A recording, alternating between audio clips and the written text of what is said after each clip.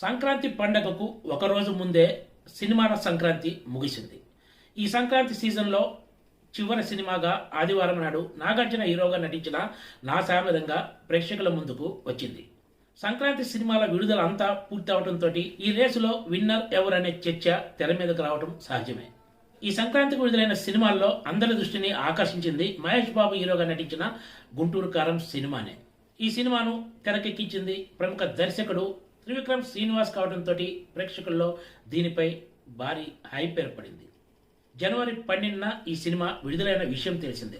అదే రోజు ప్రశాంత్ వర్మ దర్శకత్వంలో తెరకెక్కిన హనుమాన్ సినిమా కూడా ప్రేక్షకుల ముందుకు వచ్చింది. టాలీవుడ్లో సూపర్ స్టార్గా ఉన్న మహేష్ బాబును అప్కమింగ్ హీరోగా ఉన్న తేజ సర్జా హనుమాన్ సినిమాతోటి ఒకే రోజు ఢీకొట్టడం టాలీవుడ్లో పెద్ద హాట్ టాపిక్గా మారిన విషయం తెలిసిందే.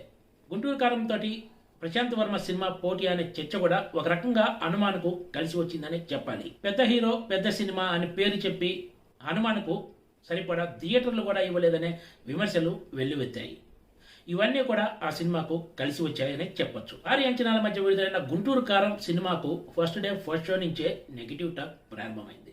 అయినా సరే ఈ సినిమాకు ఫస్ట్ డే ప్రపంచవ్యాప్తంగా 34 కోట్ల రూపాయల మేర గ్రాస్ వసూలు వచ్చినట్లు చిత్ర యూనిట్ అధికారికంగా వెల్లడించిన విషయం తెలిసిందే.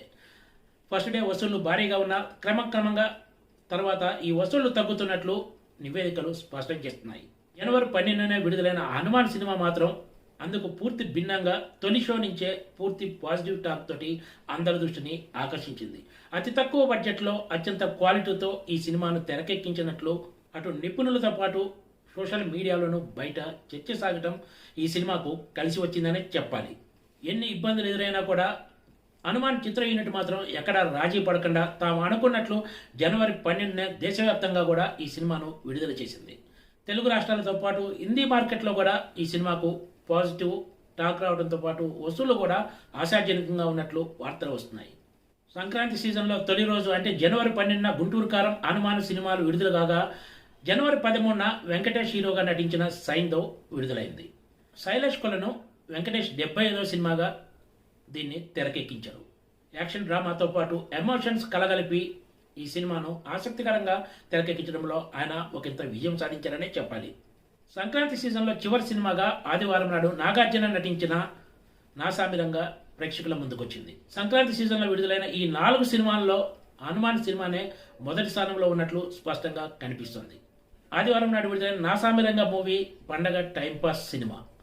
అయితే ఏ సినిమా సక్సెస్ అయినా నిర్ణయించేది వసూళ్లే.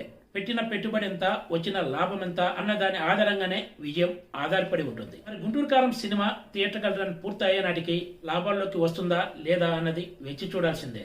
చిన్న సినిమాగా విడుదలై అందరి దృష్టిని ఆకర్షించిన హనుమాన్ సినిమా మాత్రం సూపర్ హిట్ టాక్ తోటి దూసుకెళ్తుంది కూడా. రాబోయే వారం రోజుల్లో కూడా ఈ సినిమాకు వసూళ్లు ఆశాజనకంగా ఉండే అవకాశం ఉందని పరిశ్రమ వర్గాలు అంచనా ఇస్తున్నాయి. Please subscribe TGT.